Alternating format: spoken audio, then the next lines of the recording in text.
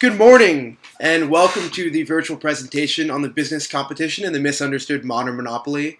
Apologies for having to do this remotely due to the COVID pandemic, but very excited to continue the partnership between the McKinsey Global Institute, Trinity College, and the Shelby Cullom Davis Endowment, focused around the modern business.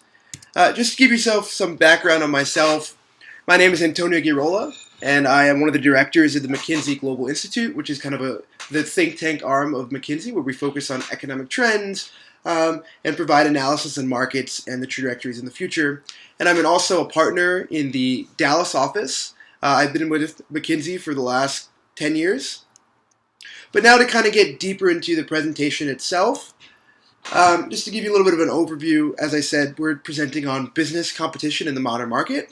And so we're going to give you a little bit of overview, a definition of what a monopoly is, the misconceptions of the current role of the monopoly in the American market, what it means to be market domination, and then some case studies of some monopolies such as MySpace, Nokia, and GM that were, formerly dominated the market and not so much. We're gonna let you understand the market a little bit more. We're gonna kind of talk about the flip side of the bad side of the market, and then just some concluding remarks. So just to kind of give an overview of, what a monopoly is and kind of the stigma that comes in it. So kind of in the modern age, there's a lot of anti-capitalistic rhetoric, and the most common charge against the current American business environment is that it operates too monopolistic and it continues to grow more in that direction. Critics claim that the current system limits competition, increases prices too much, stops creativity and innovation, and allows monopolies to have too much influence on our economy. There's an overall negative sentiment I think that we all can kind of express that we've heard before, and kind of a misunderstanding of what role monopolies play in the current system. There's kind of a thought process where people go too far back and they look at the former system of monopolies and domination, and they kind of think of that today. But so, to begin the conversation of monopolies and their impact, I think it's kind of first important to know what exactly is a monopoly. And so the most basic definition that you can find is a monopoly is a company that has the exclusive possession or control of the supply or trade of a commodity or service. So essentially, a monopoly is supposed to be a business that kind of dominates all aspects of a market. There isn't really much competition. They're the dominant player. They do whatever they can to kind of root out competition. They do whatever they can to kind of increase prices for the consumer and stuff like that. Well, that's kind of an old world way of looking at it. And so a lot of the negative externalities and kind of negative sentiments that come with talking with monopolies aren't really reflective of what the modern monopoly is like. And, people like to focus all of their kind of anger on greed and anger towards capitalism on the kind of monopolistic system and companies that exist, which is kind of misguided because they do so misinformed. So just some kind of general misconceptions of the modern monopoly. First, monopolies lack longevity in the American capitalistic system. Monopolies don't really last as long as we think they do. A lot of people say the big harm of monopoly is that they're going to last forever, they're going to have control, and eventually they're just going to squeeze as much as they can out of the consumer and their competitors. They don't really last that long, and we're going to go into that more later. Second kind of misconception is the fact that monopolies thrive forever because, they have a dominant on the industry. And that's not necessarily true. They become overly bureaucratic like every other company, which kind of stifles, a lot of the processes necessary for companies to run successfully. And third, like other companies, most monopolies over time fail to see new products and ideas over time. Very nearsighted. They don't really look long term, and that breeds environments for competition and for them to be replaced in the market. As that goes to point 4. Market conditions turn against them. In the capitalistic American system, the market moves very, very quickly, and it's very hard to continue on course and always be the dominant player. Building off of that, foreign competition has a tendency of entering the market and kind of replacing a lot of the older players because it can be cheaper, more effective, and better. Additionally, kind of building off that goes to the 6th point. Disruptive technologies alter the market and make it really complicated for monopolies to continue to dominate over a long period of time because they can't always create the best technology. They can't always own it. They can't always have the intellectual property over it. And so they can easily be outplaced. And the final kind of big misconception when discussing monopolies is the fact that their product costs rise as they lose dynamism. What that essentially means is, monopolies have a tendency to continue raising prices when they're the only ones that exist. But they do so without kind of being dynamic and shifting and changing. And so since they're not changing, they're continuing to upcharge for a product that consumers no longer need. It's very easy for them to be replaced.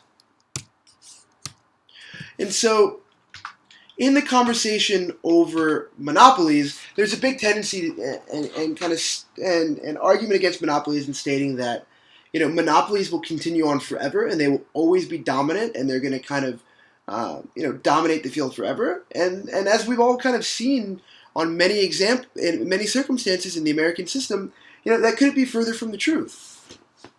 If you look at the chart on your screen, you can see the top 10 companies in the United States from 3 different years: 1917, 1967, and a couple years ago, back in 2017. And so in 1917, I guarantee that a lot of people would have criticized U.S. Steel, American Telephone, Standard Oil, Bethlehem Steel, Armor & Co. For dominating the market and saying, there isn't going to be any room for competition in the next 5, 10, 15, 20 years. And as we can see from the chart of 1967, all of those companies were replaced for the top 10 companies in America. IBM, American Telephone, Eastman Kodak, General Motors, Standard Oil was the only one that kind of stayed over. But as you can see through this list, most of them were replaced because they were no longer providing the needs that they needed. They were no longer providing the most cost-effective methods, and they were no longer serving the best needs of the consumer. And again, you see in 2017, majority of the list from 1967 of the top 10 companies don't really exist anymore in 2017, because the market has a great recalibration effect.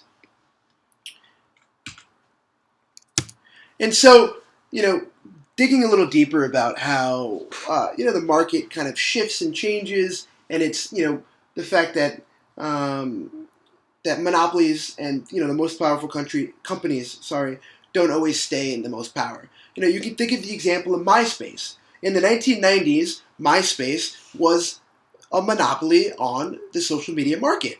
MySpace was the most popular social networking platform.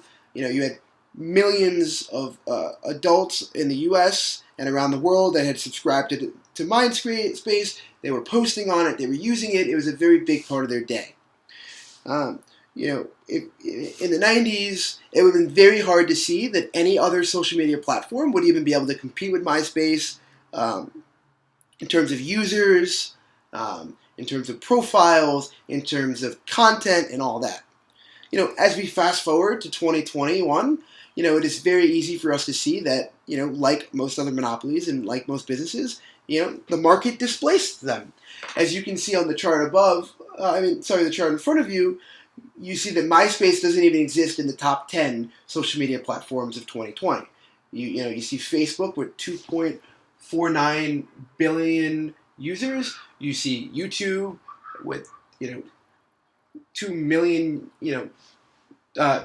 users. You see WhatsApp with billions of users, Facebook Messenger, WeChat, Instagram, TikTok, Qzone, Reddit, all these other massive social media players that are displacing MySpace from the market.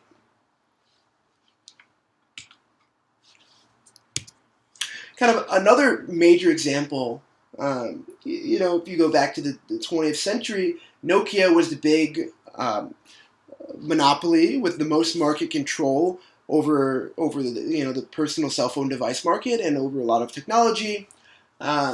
You can check out the chart on the left. You can see, as of 2002, Nokia, Motorola, Samsung, Siemens, and GE were the top cell phone market movers. They produced the most devices, they had the most sales, and again, it was unforeseeable for anyone to displace this.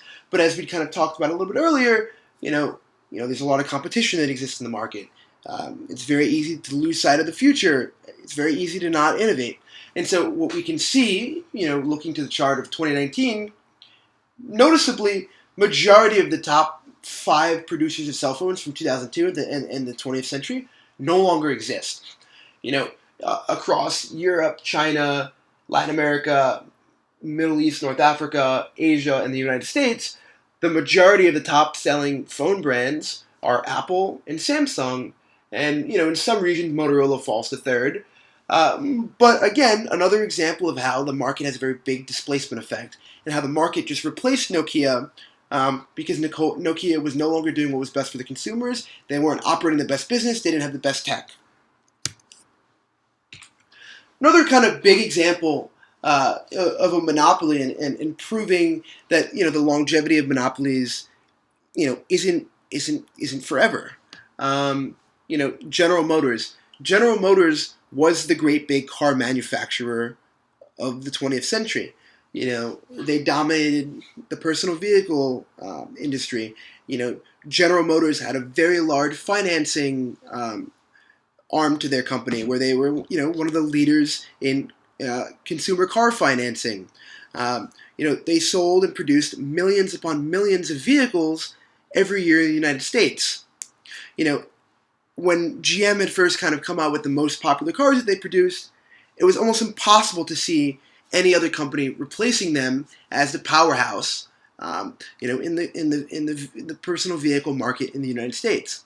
And so, you can take the past of GM and you compare it against 2 different companies. On the first hand, you can look in the chart and you can see how GM has currently been in a very big war with Tesla Motors, a company that has a much larger market share than they do, over electric vehicle sales. GM has been trying to increase production and design of electronic vehicles to kind of fit into the very niche market that's growing across the United States of electric vehicles and being eco-friendly. The very fact that GM is typically compared against Tesla, a much newer arrival to the car industry, it speaks volumes to the fact that the American capitalistic system breeds an environment for competition, breeds an environment for innovation, the cheapest production methods, but also breeds an environment where companies can only exist and thrive so long as they are the best at what they do and that they hold the consumer values at the forefront. Another kind of example is comparing General Motors, as we said, the former powerhouse, to Toyota. Toyota is the big Asian car company, not American made, manufactured abroad, shipped into the United States, and still Toyota's outpaced General Motors by far in number of cars sold in America. That was unforeseeable when General Motors originally dominated the U.S. car market. Toyota, better product, cheaper prices, better financing options, no more General Motors. But so now that we've gone through these kind of case study examples, I think it's kind of most important to kind of understand the market a little bit more and understand, the misconceptions of monopolies a little bit better. So, as we highlighted a little bit before, but kind of building off of the big kind of attack on monopolies is the fact that, it stymies choice. It doesn't allow consumers to have choice because it kind of outpaces, all of their competitors, and they do kind of aggressive measures to make sure that you don't really have choice.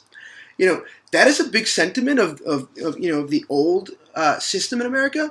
In the modern era, it is very different because, technology and innovation thrive so much faster, and the system is so different that every day things shift. And so market domination does not necessarily come with power anymore on the part of monopolies. So monopolies may still exist as they did in the 19th and 18th centuries, but monopolies don't necessarily have the same power because, power has kind of been handed over to the consumer. And so just to kind of go into it a little bit deeper, we're gonna talk about the market trend of choice. And so Cowan kind of had a great quote to kind of open the conversation up, which says, in most sectors of the American economy, consumers have significantly greater choice than they did in the past. So what that means basically is that prowess is placed on businesses to provide consumers with more products at varying prices, sizes, and formats. This is because of technology. Consumers can scour Google or Amazon to look at a multitude of choices rather than only going to their local bookstore, which had the book in two options, hard copy or soft. So now that there's these different venues, it incentivizes businesses to produce more choice. The power is placed on the hands of the consumer to decide what product best fits their needs. And if you look to the example picture that is next to the title of the slide, you can see the little red box, which provides the various different formats by which Amazon produces content for people, right? So the consumer can shop at 34 different used bookstores that have used Amazon as a selling agent. And they could also go to 28 different stores and buy a new book rather easily. And so what that essentially means is that even though Amazon may dominate the market, that domination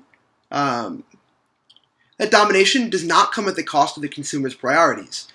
Consumers have much more choice under the current arrangement than they did without Amazon dominating book sales. And so this kind of notion that the monopoly system is bad and it hurts the consumer is wrong. We're not going to deny the fact that monopolies do exist and they are powerful, but that power doesn't come at the cost of the consumer, which is crucial. Why are we advocating for breaking up monopolies if monopolies are doing better for the consumer? It may not be the best for every other business, but at the forefront of our system is the consumer who is spending money. I want to buy things the way I want to buy them. I want multiple choices. I don't want to be stuck down to two choices and be forced to be told by a store what I have to buy. And so, this builds off again because now under the new market, there's a lot more price options. And so, opening up again with a quote by Cowan, potential competition and contestability of the market imply that dominant incumbents have to match consumer preference for both price and quality. And so what that basically means is that given the ease of internet shopping, given the ease of the various choices and venue, be it online or in person that we can go to, and with travel, the prowess is placed on business to keep prices low to incentivize consumers to keep buying from them. Right? The local bookstore has to match Amazon's prices in order for me to go. Amazon has to match the prices of Scholastic.com in order for me to continue to go to Amazon, and vice versa. Scholastic has to match Amazon prices for me to continue to go. Like I said, while we're seeing market concentration increasing, Amazon's becoming more powerful. It's not hurting me because it's giving me the best price, and it is forcing all of their competitors to kind of go on par with their pricing and provide the best option for me. And so another kind of big thing that comes out of this is companies are now incentivized to track the market to prevent falling out of favor, right? Companies are forced to play more areas of the market to make up for the competition, which means better pricing for me. Companies, have to provide offerings at all different price ranges in order to keep me, the consumer, from going elsewhere. And so another example of that is, you consider like Nordstrom. Nordstrom has higher end options on their website, but they also have middle market and lower end pricing opportunities on their website for a wide variety of consumers that they now need to grab because there's so much market competition, which is fantastic. Now they're going to push a lot more stuff out to their outlet stores because they need to make up for the money that they have lost by other online retailers, stealing their business, which is, again, a fantastic thing for me, the consumer. I'm seeing, widespread market price opportunities in which I can buy things at any price range, and the company is forced to do so because A, I demand the lowest price because I'll go elsewhere, and B, a fear of rising concentration ratios are calmed because there's more competition there and there's decreased prices. Another kind of conversation to be had about continuing to evaluate the market trends and how market trends are making power at the hands of monopolies kind of irrelevant is increased product exposure. And so again, starting the conversation with a quote by Cowan, large numbers of Americans have been traveling more than ever. That exposes them to a greater number of products than ever before. And so the question is, why is it important that the average American consumer is seeing so many more products and have so many more venues for me to buy things? It's important because now that I can make on-site purchases all over the U.S. and the world via travel at such cheap travel prices, it's increasing competition among more local retailers. Businesses have to incentivize me via price and choice, lower prices and choices to shop local or American versus shopping while I'm traveling or shopping from international retailers. Again, the power is being strategically placed in the hands of the consumer to make their own decisions for what's best for them, what's cheapest for them, and it's forcing former monopolies and companies that dominate the market to almost follow me versus me following them. You can travel to Texas for barbecue, you can travel to Hong Kong for suits, and you can travel to Milan for clothing at much cheaper than you could have in the 18th, 17th, and 19th centuries. That's a fantastic thing. And I want to just kind of emphasize again, choice is great. Choice and competition reduce prices, even if companies are the most powerful. Amazon could be the most powerful retailer, but if I find something better elsewhere, I'm going to go there. They have to do something to keep me. Nordstrom Rack, again, Nordstrom, powerful retailer. Macy's, powerful retailer. I don't have to shop there. I can go shop elsewhere for pretty cheaply. A smaller example, the tailor down the block from my house. It's got to give me very good prices, got to give me an experience that I very much appreciate, has to give me personalization, has to give me choices and sizes, and good, because it is so easy and cheap for me to leave and go elsewhere. Looking at this graphic ahead, which is created by McKinsey, kind of highlighting the international nature of consumers and people. The first bar, there are 914 million people that have social network connections that are of which one is foreign. So that means there are 914 million people that have access to someone in another country, has access to their feed, has access to what they look at, what they post, what they buy, what they shop online, and so that can motivate people to shop elsewhere. Again, companies have to be aware of this and have to do things to incentivize me not to buy things through my relatives abroad or buy things at foreign stores that I see other people posting about. The next kind of bubble, there are 429 million international travelers. That is ridiculous compared to 19th and 18th century standards. Travel, again, is so cheap. So it is so easy for me to kind of shop elsewhere or go abroad, go to another state, go to another city to buy things versus where I was kind of pigeonholed into my small little community where I could only buy things from the general store, or I could only buy things from the one big box retailer store within 30 miles. That doesn't exist anymore. Another kind of important stat is that there are 361 cross-border e-commerce shoppers, right? What that means is 361 million people per year engage in transactions with a company that does not online, that does not exist in their home country. And so the example that we can kind of think of is if you go on Amazon and you see a pencil sharpener, or you see a notebook, or you see a laptop case or a purse, and it's, $30. And then at the same time, you can go on Alibaba.com and you can interact with a Chinese seller that can get you a product pretty quickly. And you'll see the same items for 50% of the price because of that foreign element of cheaper labor costs abroad. Again, this takes power out of the big American names because they have to compete with stores abroad. They're not only competing with America now; they're competing with millions of shops that exist all around the world.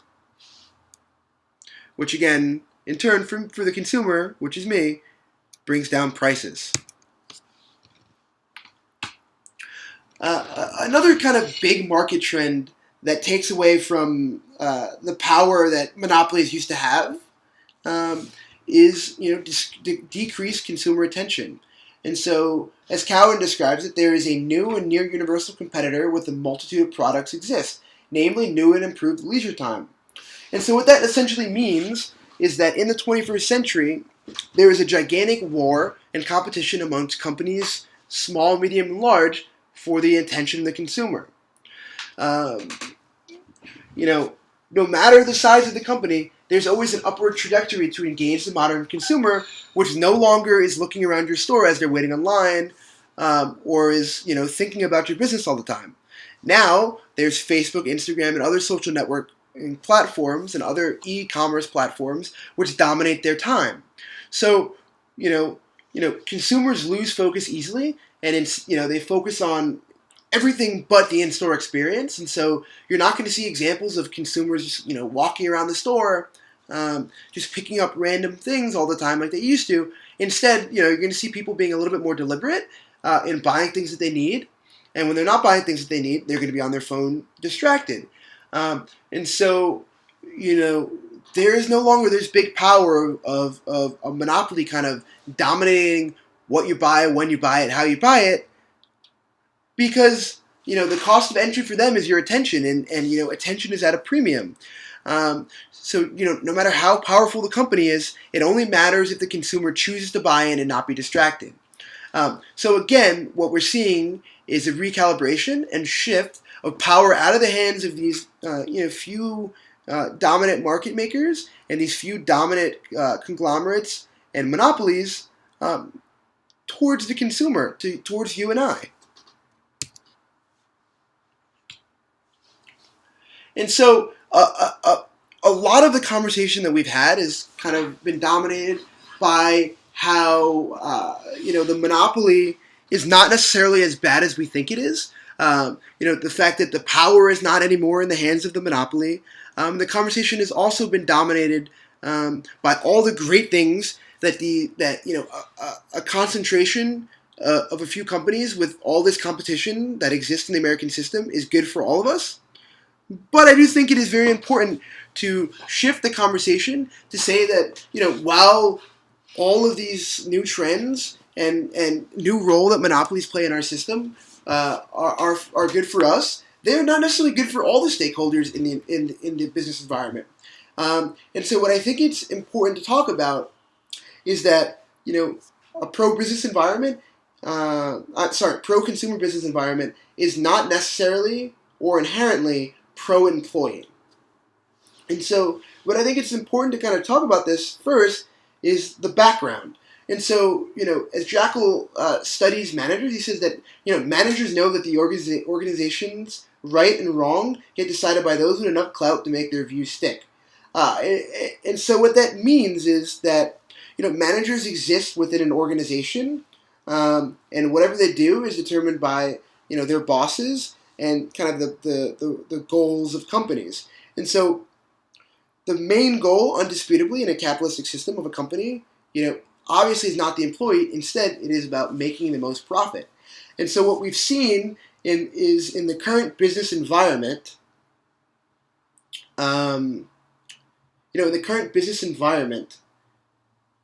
making money is a little bit more difficult. As we've kind of harped on in many of the slides ahead of this, is that, it's getting harder and harder to make money if you have to continue to cut prices due to increased competition in the current market system. And so what that does is it decreases control on the hands of businesses, and it incentivizes already poor management morality that exists in the current system to cut costs. And so, some examples of this is, even before the new system, managers have had a tendency to avoid implementing, safety measures that cost excess amounts, and they also cut funding to safety measures to avoid excess liability costs. Right? They never really want to identify problems that existed in their companies because they didn't want to alert employees to issues that they can sue about. And also, they didn't want to pay for equipment, which would have made the employees' experience better because that cuts into their bottom line. Margins are important. Why make $50 on something when you can make $65 and save all the money on treating your employees better? That's just how capitalism works. That's going to be exacerbated by the current pro-consumer business environment. But taking a step back, a very important example to think about is White. White was an employee at the Weft textile company. He was a trained audiologist, a medical professional, in which his role was to do hearing tests on textile workers who operated around loud machinery to ensure that they weren't suffering hearing loss. Right? That was mandated by OSHA, the Occupational Safety Hazard Agency of the U.S. federal government, which seeks to protect employees. And so, in his role, he would conduct, hundreds upon hundreds of hearing tests on employees. And so, what he had started to notice was the fact that a lot of employees were already being tested and showing hearing losses. And so what that meant was that there was not adequate equipment in the textile mill that Weft owned to protect their employees from getting hearing loss, which is a huge occupational hazard. So you would think that the company would automatically just want to improve conditions. But like I said before, companies are motivated by profits, not by people. And so when Weft was alerted of the fact that more than 10,000 mill workers had suffered hearing loss, and that there were estimated $3.5 to $7 million in liability claim costs that they would have to pay out to people who had reported at least 10% hearing loss. What did they do? Absolutely nothing. They pushed White away. They ignored his choices. They made him go to multiple different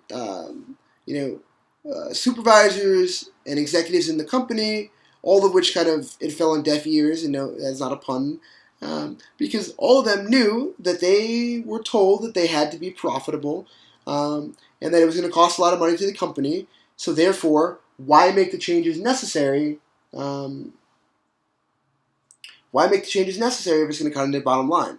And so, what this kind of proves is that no single employee can kind of dominate the conversation or the narrative in a company. It's kind of hard for employees to make changes at such a zoomed-in level. In order to make changes, you really have to be, you have to have broad buy-in at a kind of broader level. And morality isn't really zoomed in; it's kind of zoomed out towards your manager's manager. The guy at the top makes the big decisions that assist you the most, that kind of dominate the conversation. And so, if they don't buy in, you don't get it. If your manager focuses on profits, you damn well sure better also focus on profits and not employee retention or employee health. Moving on to another similar, more modern and timely example is Amazon. Obviously, Amazon exists to be a profitable public company. Amazon has to make a certain amount of money for their shareholders, and Amazon also has to make certain decisions that make them competitive against their market peers. Amazon has to beat all the other online retailers in margins and overall profitability. So, what does Amazon do in terms of employees? Amazon doesn't have the best employee conditions, because doing so would cut into their bottom line in this increased competitive environment. Amazon's going to compete with Alibaba or other, a Chinese company or other companies that don't have necessarily the same labor standards. So what Amazon has to do is stretch their employees as far as they can under U.S. law to ensure that they're making the most money. And so what we've kind of studied was the fact that Amazon, sets really strict deadlines for performance that employees have to meet, which, are unreasonable, but also are perfectly legal because they say, oh, you can take a bathroom break or you can take, your coffee break, that's fine as long as you meet your deadlines. But with these deadlines being so unreasonable, it forces employees to take things in their own hands and have to, cut into their break times, refuse to go to the bathroom in order to, to keep their jobs and stuff like that. In order for them to meet these unrealistic expectations so that Amazon can say that they are the most profitable, most effective, and lowest cost option for consumers and their shareholders.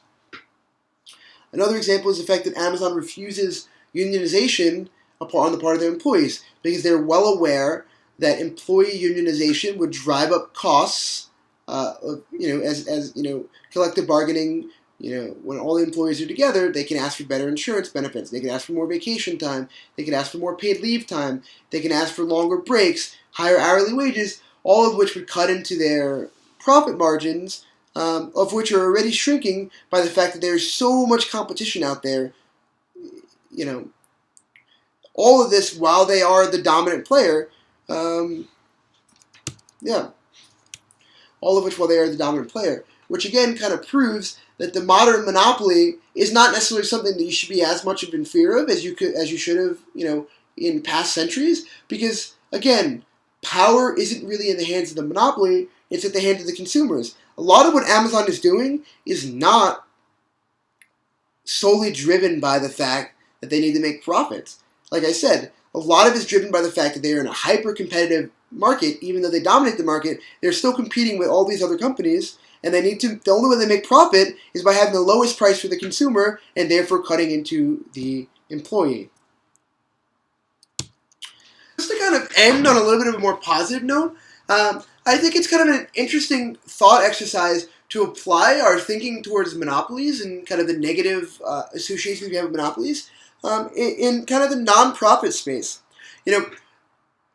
When we think of monopolies, it's very easy for us to always kind of think of big businesses that dominate a certain industry. But what if we thought of applying similar factors to the kind of big nonprofits that always dominate the discourse and always dominate advocacy and are the number one players in the game? And so, what I'm talking about is, while we may not call them monopolies, they're definitely controlling nonprofits that have very large interests and very large power and sway over different causes and off of nonprofit activity. And there aren't the same negative associations with them as there are with business because, they do good and they don't really have the capitalistic making money tendency to them. But still a thought exercise. And so, if you think of organizations like the Red Cross, the Boys and Girls Club, the Robin Hood Foundation, and the Salvation Army, they are the big dominant players that exist in the nonprofit space. They do compete with other players in the nonprofit space for your money, for your time, for your attention. They compete for resources among corporate philanthropy, among personal philanthropy, and stuff like that.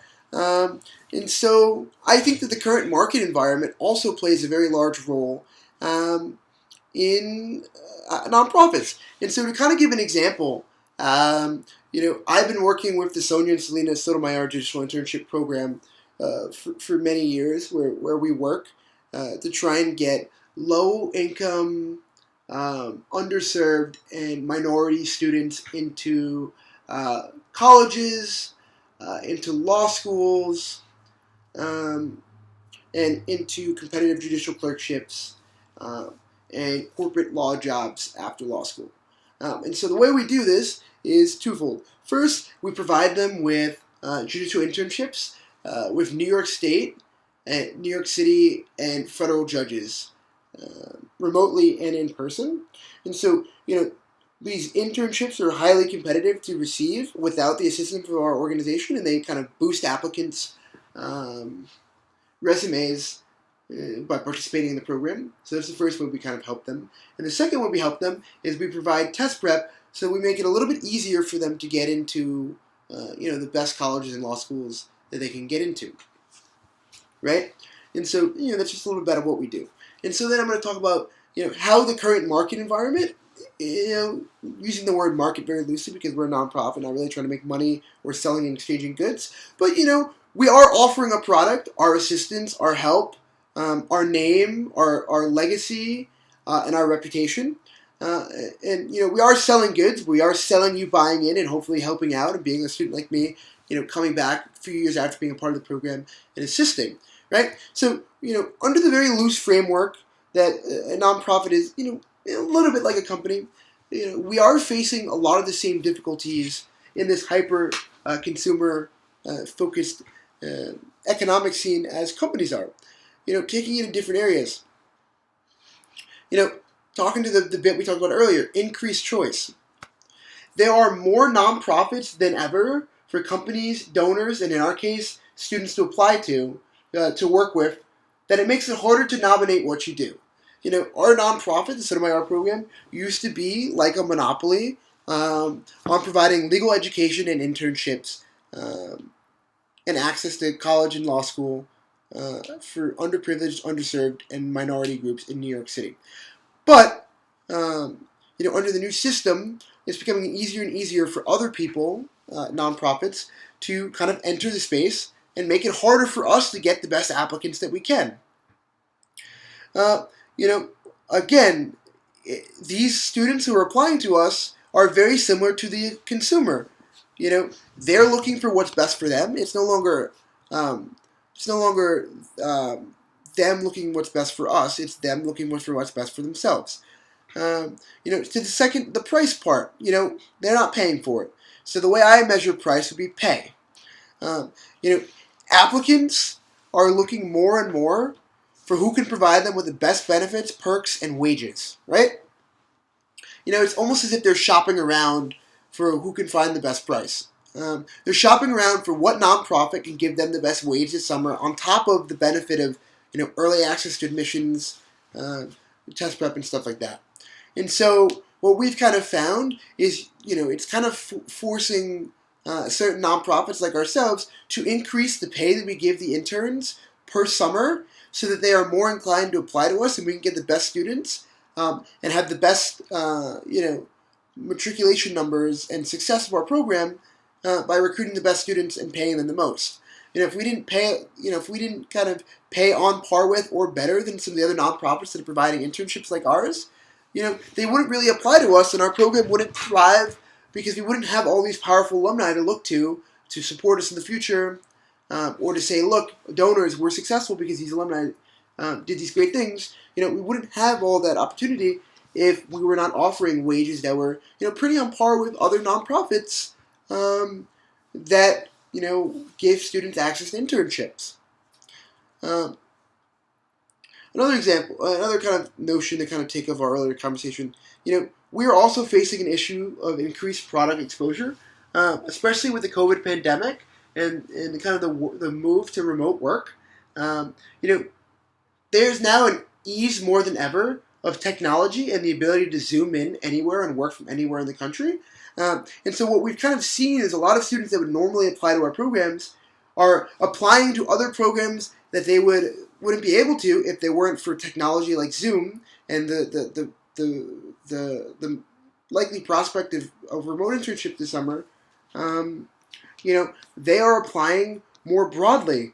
They're applying to California internships, New York, New Jersey, Texas, Hawaii, all over the place people are applying to now because of this ease of technology. And, it is increasing competition and it is making it, harder for us to recruit people, but it's also kind of pushing the power in the hands of the applicant so that we have to provide a better platform, better program, better opportunities for them than other people than other programs that they are applying to, right?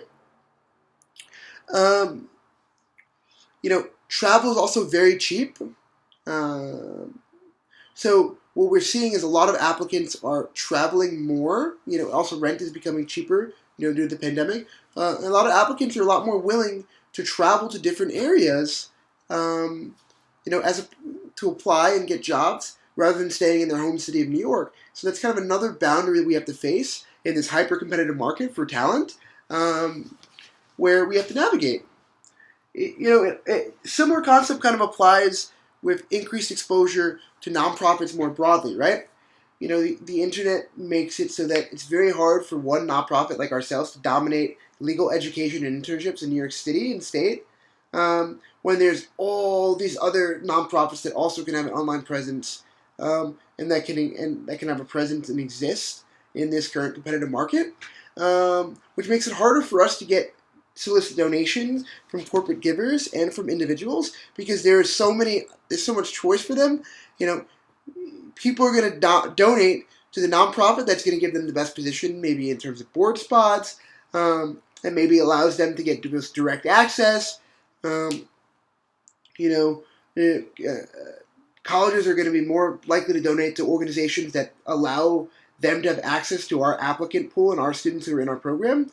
So now, again, we're having to compete with our competitors and nonprofits, even in soliciting donations or getting contacts and working with other colleges or programs or law firms and stuff like that. The kind of final boundary that we deal with similar to monopolies or companies in general, sorry, is that there is a decreased consumer attention, which I like to kind of zoom out a little more and say there's a decreased attention span more broadly among people in general, right? Um, People are a lot more focused on social media and kind of have their head in the sand of the internet, and they're not really looking outward for fulfilling opportunities, or experiences or nonprofits to help in general. And so there's this kind of big uh, disincentivization on the part of people to kind of engage with us and other nonprofits more broadly because they're on Facebook. Facebook takes up time. They're on TikTok. All this, especially, our nonprofit deals with people mostly 18 to 23 years old that apply.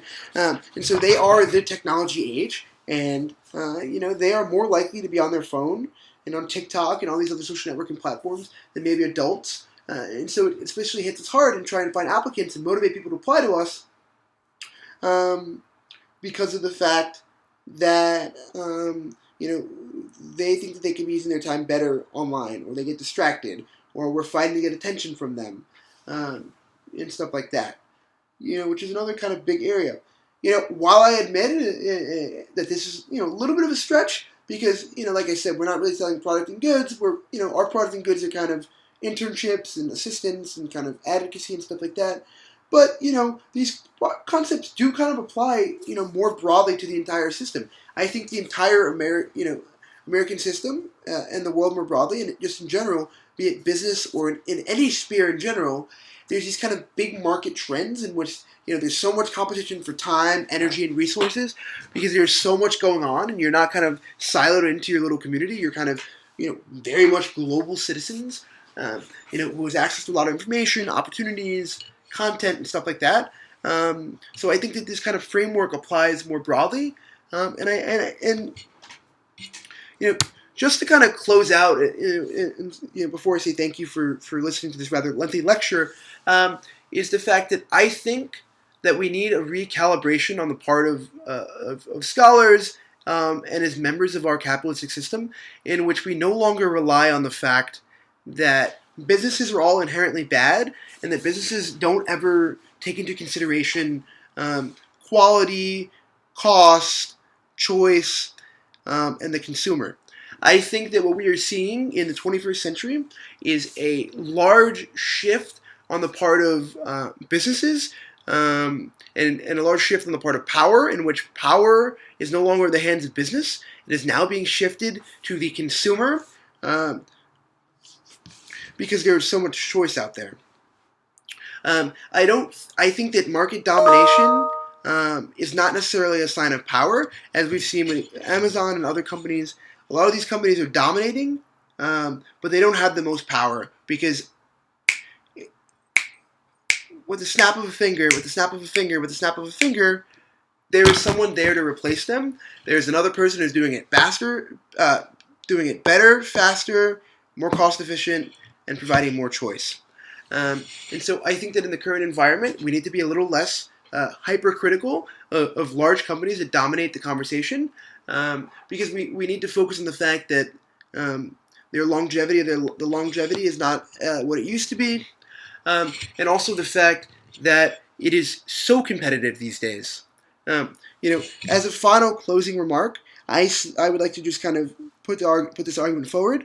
I think we need to stop mistaking, or people in general, not myself, but people in general need to stop mistaking their hatred of capitalism for their hatred of corporations. I think that it is very okay to hate it's okay for certain people to hate the system, but I don't think that your hate of the system can spill into you misjudging and mischaracterizing businesses.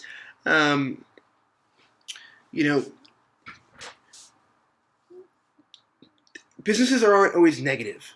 You can hate the system and some of the kind of negative effects of the system, but you cannot say that everything that a business does is negative. And I think that all of the case examples that we gave of kind of shifts in norms whereby the consumer is doing infinitely better in terms of choice. They're getting things for much cheaper, and they're having much more leeway in dominating the conversation and pushing companies in the direction that they want to be pushed, versus companies pushing them where they should go in a certain direction, which is all a sign that the system is getting better. While it's not perfect, I do think the capitalistic system is significantly better, and again, be less critical of the system.